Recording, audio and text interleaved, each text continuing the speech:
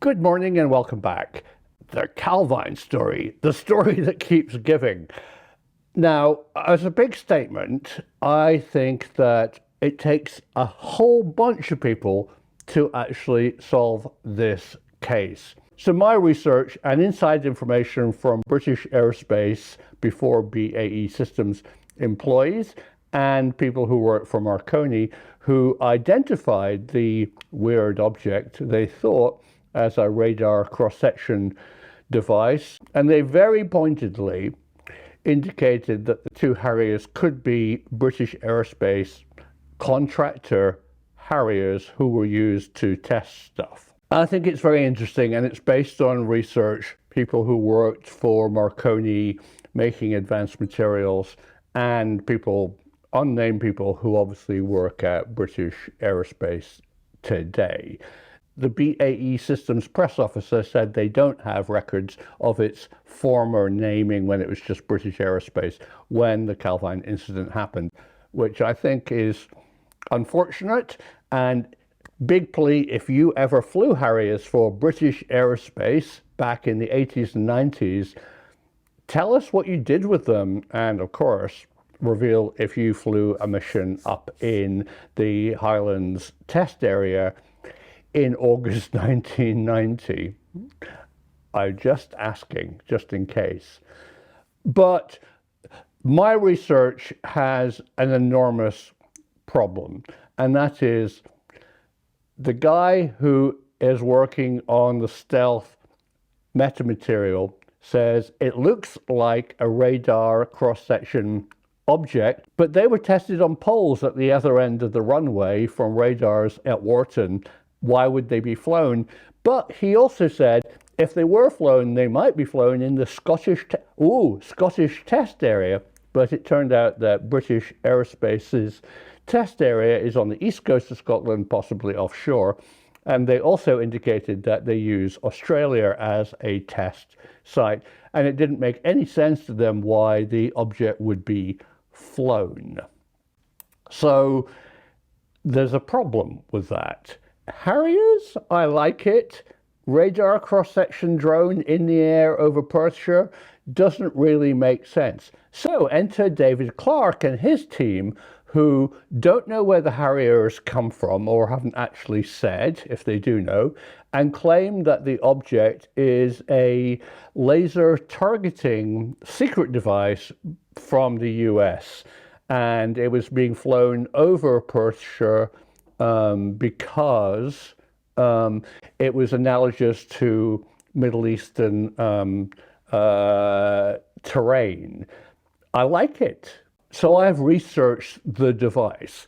Is it possible that the US has a laser-guided bomb targeting device that might be a faceted, weird object that they were intending or did use in the Middle East? And yes, it's possible. I've not seen pictures of the device, but let me explain the whole concept of laser-guided weapons. It all started years ago when the US Army Air Force were training pilots, and training pilots often crash their planes by bending their propellers when they land by doing something called a ground loop. They lose rudder directional control, and the plane, which is a tail wheel back in pre-World War II days, would tip over, hit the tips of the propeller, bend it, and they'd have to replace the propeller. But the incredibly interesting story about that was it turned out that the US Army Air Corps only got its propellers from maybe Herzl or some one US supplier of propellers. And unfortunately, there was a flood in the Midwest, possibly the Mississippi, around the Chicago area, and the propeller factory was shut down. So the US Army Air Corps didn't have any replacement propellers. And some very smart person said, wow, if you could target the one person making the ball bearings for the turret of the tanks, you don't have to take it all out all the tanks. You could just take out the person who made the special ball bearings. And that was what they hoped to do in World War II with the famous Norton bomb sight, whose publicity lied that it could drop a bomb in a pickle barrel. That's what it said in the adverts. It couldn't. Its main problem was when people used it, it was a optical, mechanical, analog device. There was, I think, over 20 parameters you had to set. Airspeed, wind drift, height, everything you had to set to hit even moderately accurately a known target. And that was at night, in flak, in turbulence, with a plane that's moving all over the place, in clouds, almost impossible. And the Norton bomb sight was a complete failure. It was, but it was a bit of a misinformation to the enemy that the US had a pickle barrel accurate bomb sight. They didn't. It never really worked. Interestingly, its only success, where it was pretty accurate or accurate enough, and this is the point of this, is it was used for dropping atomic bombs where the target didn't really have to be pinpoint accurate. A bomb on Hiroshima or Nagasaki actually missed the target that they were hoping, but the bomb was big enough to do the devastation that sadly we all know about. But taking out the ball bearing factory never happened. It's worth me carrying on with this story. So what did they do? How did they get round the Norton bomb sight not working? Well, there was a change in US Air Force tactics, and they came up with the idea of pathfinders who would drop flares onto, say, the Wolfsburg tank factory in Germany, and then all these 17-year-olds flying twin-engine light B-25s or B-17s or whatever they were in would see the flares, go over the flares, drop their bombs, and then head off back to England. But that didn't work either. What tended to happen is the pathfinders who were there first and were unknown to the Germans would accurately mark the factory that needed to be bombed. The waves of bombers were then tracked by radar, by German radar, and all these bombers would come over, see the flares, ACAT guns and flak would be fired up at them, and the brave but rather junior aircrew would drop their bombs short and head back to England. I mean, the survival rate of most US Air Force bombers, crew was very low. So, they were dropping their bombs on Germany, but just not in the pickle barrel. So the US Air Force came up with a great psychological trick, and they knew that the Wolfsburg factory was here, so they dropped the bombs a whole mile further on so that the rookies or the trained pilots in the bombers would still drop short, but now dropping short over the factory. But that didn't totally work because the factory was protected by flak. So war is hard. But the concept of targeted bombs was introduced. By taking out a single pickle barrel, you could change the course of the war. By the Second Gulf War, this was seen as very attractive. Collateral damage was criticized. If you could target a bomb directly on the bridge or the mosque, the army camp that you want to hit, that would be great, but how do you do it? So it worked like this. Here's an illustration. Somebody would have to shine the laser onto the target. A separate airplane would come along with a laser-guided bomb that would be dropped. It would pick up the illuminated laser target, fly down it, and hit only that one bridge or building. But the target needed to be illuminated. And I think that's why an aerial laser targeting device would actually exist, although I've never actually seen it. It's pretty secret. And what you could do is have, say, a large vehicle or a camp with a very large laser that would fire up to this Calvine faceted mirror up in the sky that would then redirect the laser onto the target. Maybe it would see the target with a camera and be able to move the laser beam to hover over the target while this Calvine faceted diamond-shaped craft slowly was moving. It's quite a lot of ifs and buts, but the technology kind of existed. One of the great stories is, of course, the Calvine object, if it is a laser targeting device, probably had optical mirrors that could change its shape. And that's a fantastic story. So, you know, when you look up through our atmosphere, stars twinkle. And wouldn't it be great if you could remove the twinkle? And so astronomers wanted to have this modifiable mirror that could do the negative of the twinkle, and they make objects stationary. But that wasn't its original development. Think about, put this on its head.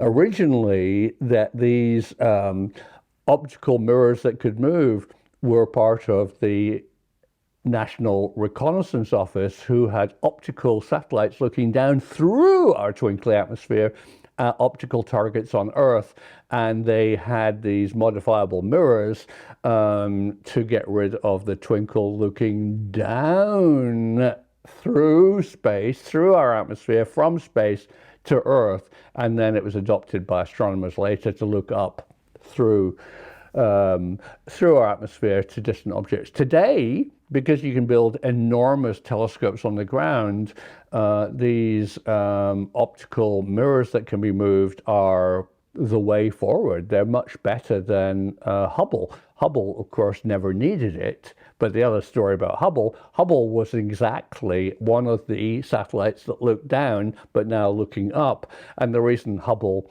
supposedly was out of focus is because the ones looking down for the reconnaissance satellites were focused at 200 miles, and Hubble needed to be focused at infinity. And whoever made them, I know, made 13, pretty secret. 12 of them were in a constellation orbit, and the 13th was given to NASA, but they made the mirror the same and the optics the same as the ones that looked down, that were fixed at a short focal length of, say, a couple of 100 miles and not set to infinity, and Hubble had to be fixed. Interesting story. But let's get back to Calvine, and let's cherry pick David Clark and his team's best things and my wild idea, my research.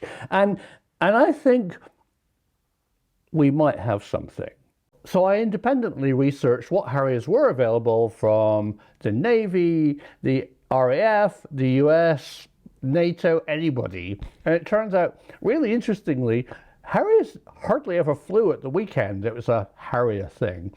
And so the only two Harriers that were available, and I think I was pointed in that direction, were the two BAE Today Systems Harriers based at Wharton.